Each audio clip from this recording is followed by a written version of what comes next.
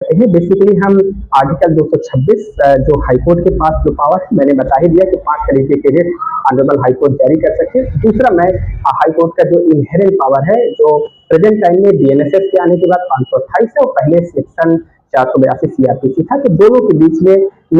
क्या डिफरेंसेस है और किस स्टेज पे आपको किस जगह पे रेमेडी मिलने की पॉसिबिलिटीज होती है। तो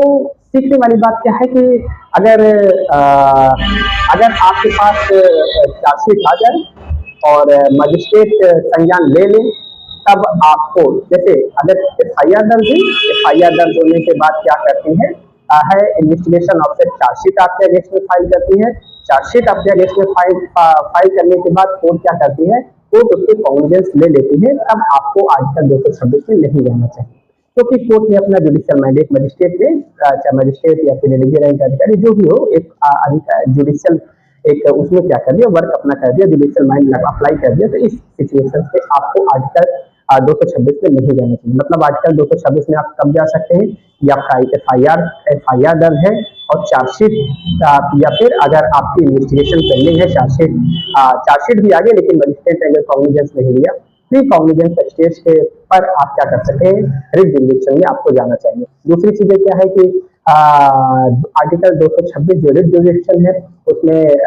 गलत एफआईआर या फिर चार्जशीट को क्वेश्चन करने की पावर होती है। लेकिन अगर मजिस्ट्रेट ने एफआईआर दर्ज हुई, चार्जशीट आई और मजिस्ट्रेट ने उसको कॉग्निजेंस ले लिया, तो कॉग्निजेंस लेने के बाद आपको 528 बीएनएसएस या इनहेरेंट पावर जो हाई कोर्ट का है वो 482 सीआरपीसी जो पहले का था उसमें जाना चाहिए। तो मतलब संज्ञान के बाद भी एफआईआर, चार्ज फ्रेम हो गया, प्रोसीडिंग और कॉग्निजेंस को जो हाईकोर्ट होती है वो 528 बीएनएसएस में जो इनहेरेंट पावर है 482 सीआरपीसी में उसमें उसके पास पूरी पावर है कि उसको पूरे मामले को क्वेश्चन कर सकता है। ये असाधारण मामले में ही हाईकोर्ट करती है, लेकिन अगर आपके केस के फैक्ट